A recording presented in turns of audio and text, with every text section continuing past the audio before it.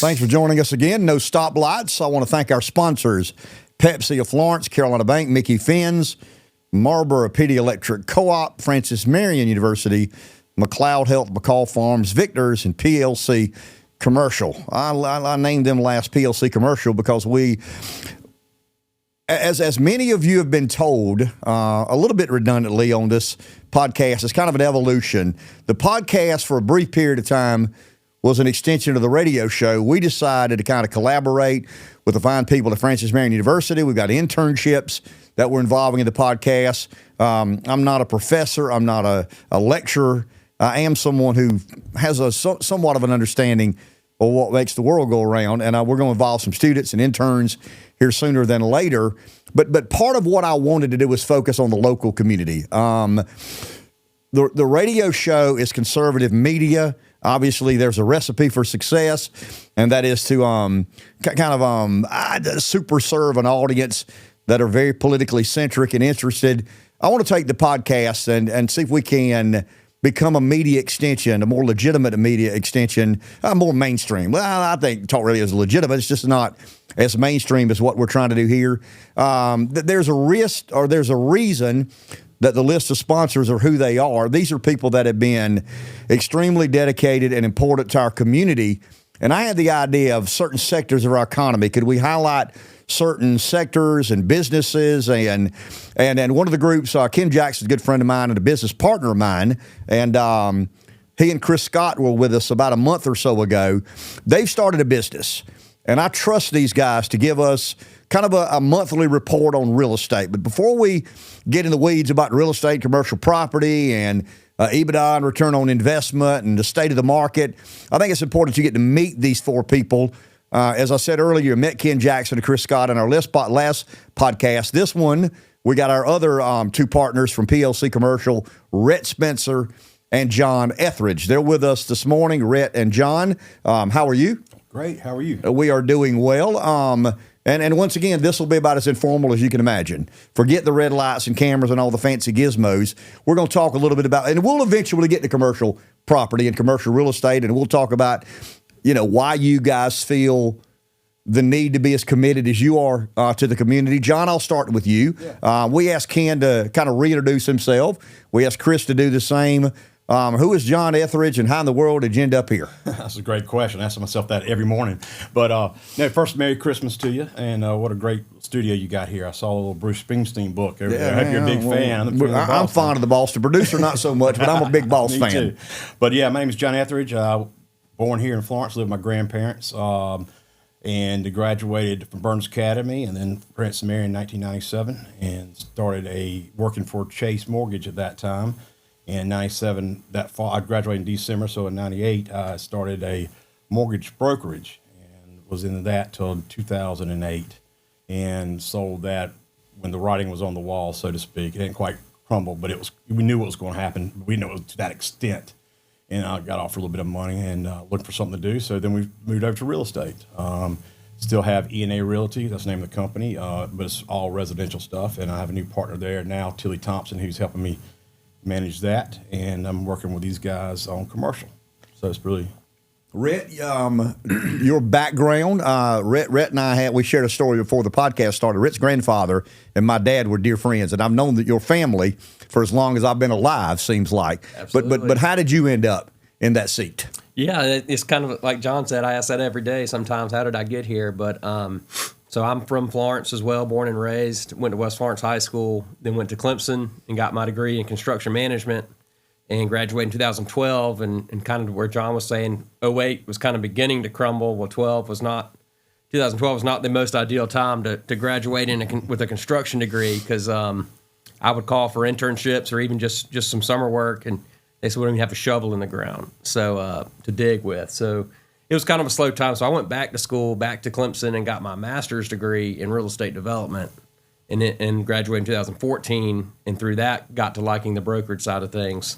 So I moved to Charleston and worked for a large shopping center owner, operator, and leased shopping centers, grocery-anchored shopping centers throughout the whole Southeast, from Little Rock, Arkansas, to Charleston, to Columbia, to Indianapolis, all over.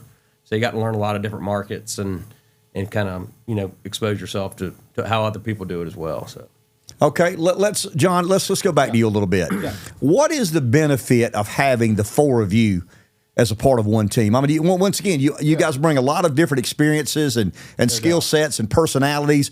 You're early in the game with PLC Commercial. What do you see as the recipe for success for you guys? First, I find these guys to be high character guys, and I need that around me, to be quite honest with you.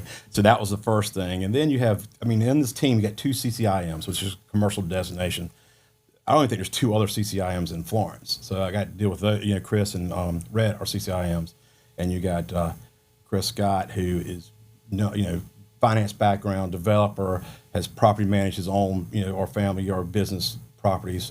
So just learning from those folks. And then I know I have a kind of a Swiss Army knife mentality. I can do a little bit of everything. So it's kind of a nice filler out of the group. Gotcha. Rhett, another question for you. Commercial property is very cyclical. It can be very volatile. Yes. I tell people I've seen high interest rates and I've seen low interest rates. There's a generation of young people who have been in real estate, property development, that have never seen high interest rates. I'm not saying you're one of those, but there is a generation of people who have not. How important is it for you as a younger member of the team to lean on some of the expertise of the what I'll call the gray hair of a PLC Commercial? It's crucial, Ani, and that's kind of I should have finished my story on the last part, but when I left Charleston, I came back home to Florence to work with Chris Scott at Pierce Land Company to learn more than just leasing shopping centers. It was more to learn everything, and particularly in the development side, which is definitely one you'd like to kind of get a grip on what the cycle's doing. And textbook wise, they taught us that the cycles are typically 7 years. You kind of climb and then it falls, and it's a gradual wave. But they typically say each cycle from start to finish is roughly 7 years. So I've been doing this about 10 years, so I'm just now coming around maybe the first cycle. But I was thrilled not only when I started working for Chris, but when we decided to partner with John and Ken about just being exposed to even more knowledge, more expertise or different approaches to doing things. And so I was very excited to know that I had new mentors, new teachers, and hopefully contribute some as well. But I was very excited to know I have some good leaders and mentors to learn from. John, one of the things that I've enjoyed about my work life, and Ken and I are partners in some endeavors. One of the things I've enjoyed about that is, it is a little bit freaky because it's unpredictable and you don't know much of anything, but you don't wake up every day expecting to do the exact same thing. You better not. Well, that's exactly. Exhilarating and exciting, but it's challenging. Is that fair? It is. Now, and that's part of my personality. I like that. I know I have my agenda for the day, but I know as soon as I get to the office at 6 o'clock, that agenda is going to just fall apart. I'm going to stick to it the best I can, but I know there's something coming every day. We got some financial news came out earlier this week. It's not as bad as we thought. Looks like we're going to definitely push recession back at least 1 quarter. So those are good things. You read about it and you think about it and you figure out how can I take advantage of this information. Or you get a call and somebody has a problem. You say, well, how can I fix that problem for them? Or somebody calls you, hey, I got an opportunity. You want to do this? And you get excited about that. So it's that I like that kind of every day is a different thing. And Rhett, a lot of what you said a second ago, and John has kind of reiterated, and Chris and Ken said similar things when they were here. Real estate is unpredictable. As seasoned as you are, as prepared you expect yourself to be, there are things around the corner that we never see coming. The four of you working through that uncertainty has got to be a lot of fun. And not quite the mundane of going to work every day and punching the clock and doing. There's beauty in that. Don't get me wrong. I'm not disparaging that sort of work, but you four guys get to collaborate and address situations in real time, and they're never the same. I definitely agree with you. Sometimes I envy that. I work from 9 to 5, and when I'm done and my emails are done, I go home. Phone, but in our world, the phone's always on. A roof leak, you never know when that's going to happen. Or you never know when someone's going to call you saying, I want you to go find 10 sites for Dunkin' Donuts all in the PD, and you get this great lead. So I enjoyed the never knowing what's ahead, but at the same time that there's risk involved there too. It can work both ways, but that's why you try to mitigate the risk the best you can, and and make an informed decision. John, when the four of you get together, I mean, don't take me into the war room and tell me how you conclude these mastermind decisions. But as a solo pilot and a guy who's in business for himself, you get to make the call, and you enjoy the benefit, the reward of making a good call. You suffer the consequences of making a bad call. Has that been an adjustment for you to have three other people in the room when you decide yay or nay, or to do this or do something different? Absolute adjustment. Like you say, for most of my life, I have been the master of whatever goes, good or bad. Exactly. But that has some shortcomings too, because I do as a person. I'm flawed, right? So now I've got three other people, very successful, very knowledgeable, that have seen the world as well, and we can bounce ideas off each other. We have a different lens, and it gives you a broader perspective, to be honest with you. It kind of keeps you. What I noticed when we started talking about this, one of the things I noticed in my life, I was getting tunnel vision, right? I was just pinpointing everything. I wasn't looking broadly anymore, and I was missing some opportunities because of that. And being in the room when we talk, you don't know where that conversation is going to go, and you come up with some really good ideas. Rhett, walk me through logistically how that process takes place. I mean, once again, I'm not talking about a specific property and a specific deal or a specific price, but from your perspective, John has talked about being the master of his own domain, and all of a sudden having to bounce things off of one another and walk me through what that's meant for you. Sure. Yeah, definitely. Being one of the younger people in the company, I'd try to add value more in, I guess, my boots on the ground kind of grunt work, sweat equity, if you want to call it that. But my voice is still heard. I have certain opinions maybe that they might not be thinking of from my perspective. So I'm trying to think the best way to answer the actual question is, I guess, let's say a certain opportunity is presented to us. We will, as a team, kind of walk through it. Hypothetically, where do we, what's the best case scenario? What's the worst case scenario? And we all kind of provide our input on said subject, and then we kind of go from there in terms of, if we feel good about it, then kind of trust your gut. Okay, what do we feel? What do you see as some of the warning signs out on the horizon? I mean, I do a morning radio show, and I read the Fed's Atlanta report, and I keep up with commercial property, investment data. I keep up with the interest rate and what the Fed's doing or not doing. You've been at it a while. Just as soon as you think you figured out, you realize how lost you really are. Yeah. Is that a fair analysis? Absolutely. I think you're exactly right. It shifts on you, right? It moves. What I'll look at, interest rates, obviously. Everybody's talking about that right now. But I'll also look at how much energy is costing, how much power is costing. That's a big driver in our economy. So I look at that. We luckily have dropped over that a good bit this year compared to last year. But I'm looking at savings, how much we have in reserve as a country. And you're seeing that drop. That's indicating to me next year spending is going to stop. Not stop, but slow down.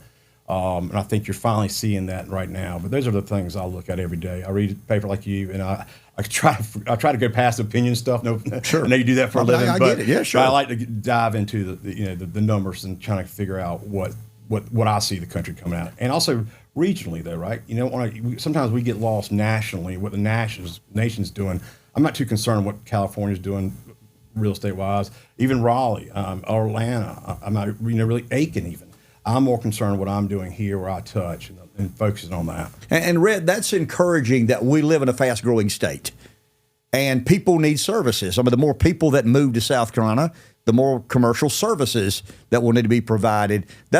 We all have to be a little bit. I mean, I am a bit bearish on next year. I'll be honest with you. I think there's some fundamentals out there that concern me.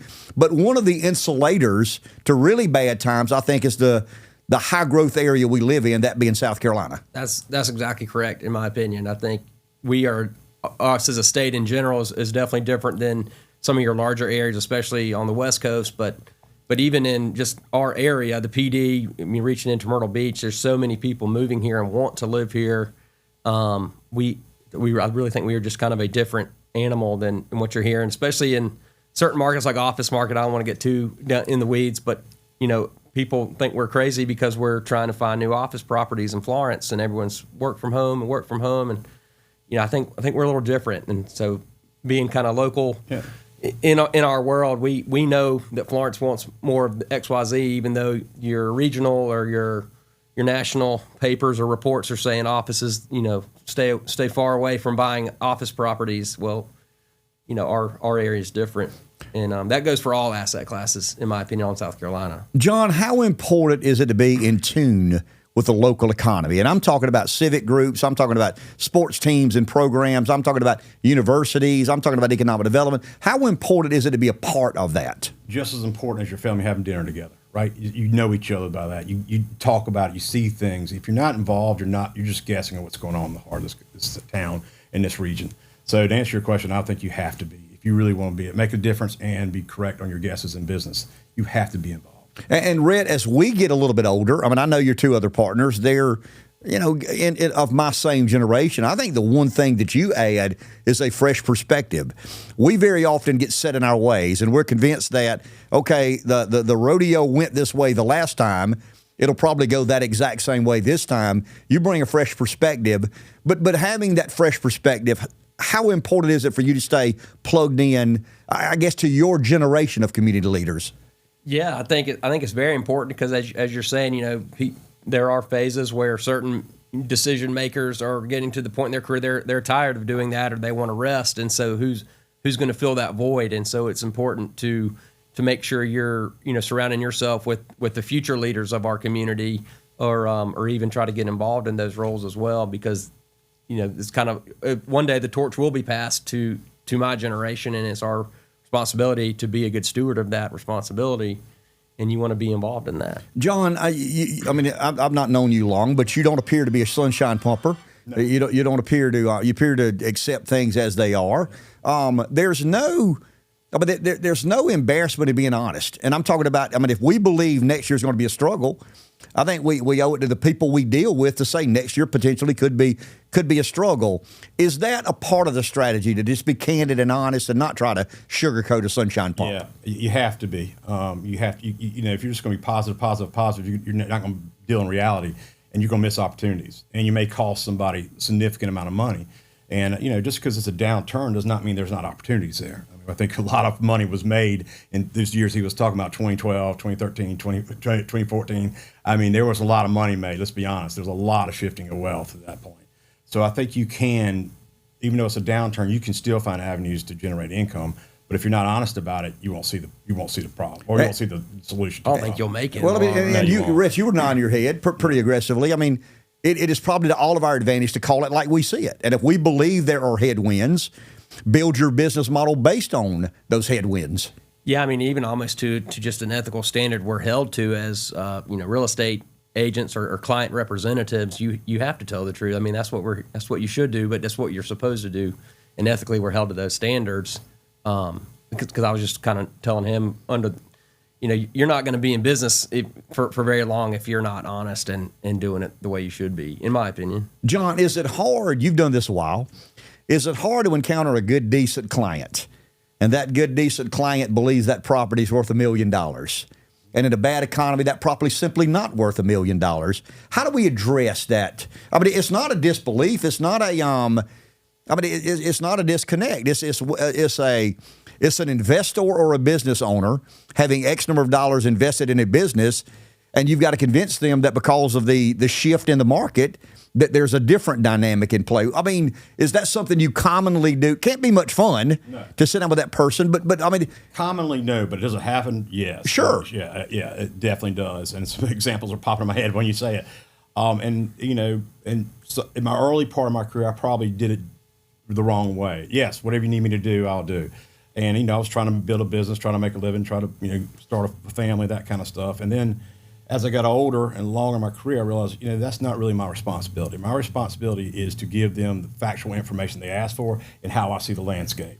And if they understand what I'm saying and we're on the same page and they still want me to go forward, then I'll act as their, as their realtor, and I will go out and get what they want done. But I do have that conversation up front, and I'm clear about this is why I think, and then it's up to them to take that information. And Rhett, I found in these wild fluctuations of the market, that there are unrealistic expectations, but they're founded in some sense of reality. In other words, if someone goes to the bank, and I'm talking about the coast, along the coast, all this, you guys know this better than I do, but along the coast, we had a boom, and then we had a bust. And odds are we'll have something similar to that in some of these real estate cycles. But if you've got a client and the client has X number of dollars invested in this property, and you've got to be candid and honest and say, it's not worth as much as you've got invested, that's not a lot of fun, but it's important to be very candid, forthright, and honest on the front end. Absolutely, yes. I mean, it's not a fun conversation, but at the end of the day, you have to tell the facts and let the market dictate what it's worth. And that usually plays out in the end. So what is the common response?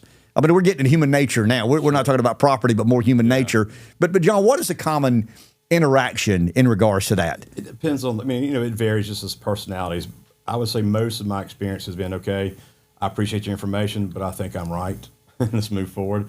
And the other one, but the trusted customers, the one you have repeated, you've done a lot of deals, they'll pull back or they'll go forward on your recommendation. But, really it's personality. Okay, this is a new business. I mean, it's not a startup because you guys have extensive experience in real estate. It's not that 4 guys graduated from college last semester and decided to form a commercial real estate business, but it is new. I mean, there are a lot of people familiar with the 4 of you individually, but not collectively. What is your job, Rhett, to convince people that this is a commercial property company of choice? Sure. Yeah. Now that's a great question because I think it starts with just how we present ourselves day to day in our operations. When you call our office, make sure we pick up the phone and there's a friendly voice there to assist you and hear you out. What are you looking for? How can we help you? And then when it comes time to actually go to work for somebody as their client, that we're representing their best interest. And because that's our job is a fiduciary responsibility is we're representing you in your best interest, regardless if it means less commissions for us or if we even get to do the job, if we're not best suited for you, we might. I think Chris touched on that last episode that if we know collectively we're not your best option to maximize your value, then we need to be aware of that because our job is to provide the best service. And that's our goal is to be trustworthy, hardworking individuals that do a job well done. And John, at certain points in all of our lives, we rest on our laurels. We think we deserve a little more credit than maybe we do. You guys individually have a lot of street cred, so to speak, but PLC Commercial is a new startup. Do you think a lot about that? Yeah, I do. And one of the decisions, one of the factors of my decision to join the group was, how do we do this? And how do we get people, like for me, I have a little bit of commercial, but a lot of residential background. How do I convince people that I'm no longer that involved in residential? And I think what it is just being in front of people and living that life of, like, this is what I do. Just call me, talk to me, just give me one opportunity, give me one deal. If you don't like the way I work, that's fine. It's great. I even let you out, we'll be friends and we'll move on. Sure. And that's, I think that's what I do, how I would do it. There's a person watching the podcast. They have a green site. They have a building. They have a warehouse. They need to sell. They need to buy. There's some commercial deal that they need done. They're not sure who services to enlist. Why should they reach out to you guys at PLC Commercial? I think what you need to look at, you have 4 individuals that know how to do commercial real estate. So when you go to most places, you get one person or one team that's done it the same way over and over and over. We have 4 individuals that attack a problem from 4 different angles, and I don't know where else you can get that. Rhett, if someone calls you, they're automatically calling Chris, Ken, and John. Correct. We are all teammates, as I stated earlier. I see them as mentors, teachers, and it is an open door in our office to run ideas by each other.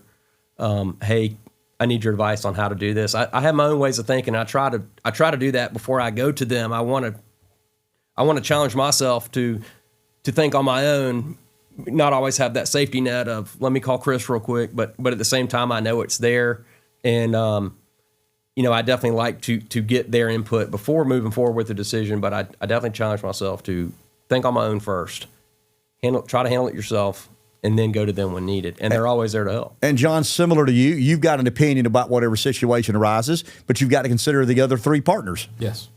Yeah, you do. Every business decision I make now is reflect on other people, right? So I have to do that. And also, I think the decisions we make in life also is going to reflect on our business partners and affect their lives. So it's like you were talking about earlier, when you work by yourself, you're wholly responsible, on this planet to myself. And now I've got other people I'm responsible for. Is it excited to be a part of a startup, to build something from scratch? 51 years old, I've never been more excited than I am right now, which is, at 51, I thought I would be slowing down a little bit, but no, I'm actually hitting the accelerator, that's how excited I am. And Rhett, you hope to have a long and lucrative career ahead of you. Is excited to be a part of a startup with some seasoned members? Yes, it's very exciting. I feel like it's a unique opportunity for someone my age, mid-30s, to be able to have a say in how we're getting this off the ground. It's a very unique opportunity, and I don't take it for granted. And I appreciate these guys trusting me and trusting my opinions to even want to hear me out or hear what I have to say, whereas, a lot of larger real estate companies in bigger markets might just, you're a junior broker, get as many deals as possible, and we'll see you at the next monthly meeting. Get lost in the shuffle. They, they ask me for opinions all the time, and they take it to heart, which is exciting. How can someone, either one of you guys can answer this, how can someone find out more? Is there a website, an email, a person of contact in an office somewhere? If somebody watches or listens to the podcast, wants to get in touch with you guys, the four of you, and the rest of your team, how do they communicate with you guys? You want to go? Yeah, our website, PLC Commercial. They can call me on my cell phone, 843-229-3903. Okay. Yeah, 843-687-4649. Our emails are our first names, Rhett at plccommercial.com or John at plccommercial.com. And, we'll pick up the phone. And as we progress, we'll break deals down. I mean, we'll kind of get in the weeds on property on this road or property on that road. Rail access. You talked about dependable and affordable power. That's a big deal. Commercial development and economic development are kind of hand in hand, and it is a very, very complicated science. But a critical science and we need quality commercial real estate companies in our community to advance economic development, and I know you guys well enough to know that you will provide first-rate service. And it's interesting to me that the four of you collaborate, because everybody likes to be king of their own domain.